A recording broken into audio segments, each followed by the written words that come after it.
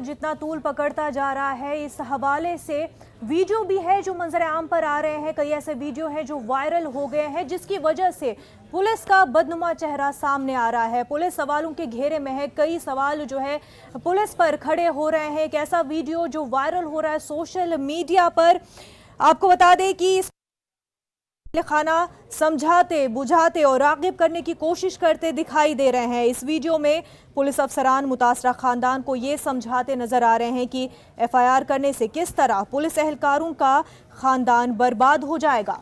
मुतासरा खानदान को नौकरी देने की बात भी कही जा रही है इस वीडियो में, लेकिन मनीष गुप्ता की बेवा कसूरवारों को सजा दिए जाने की बात पर अड़ी हुई है।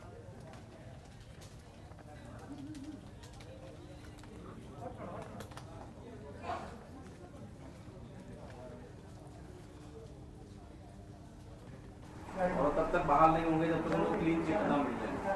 नौकरी में बाहर मुझे नौकरी उनकी नहीं चाहिए भैया। मुझे उनको पूरी तरीके से नौकरी से हटाइए। मुझे या तो मुझे जान के बदले जान चाहिए। आप साफ सीधे समझिए।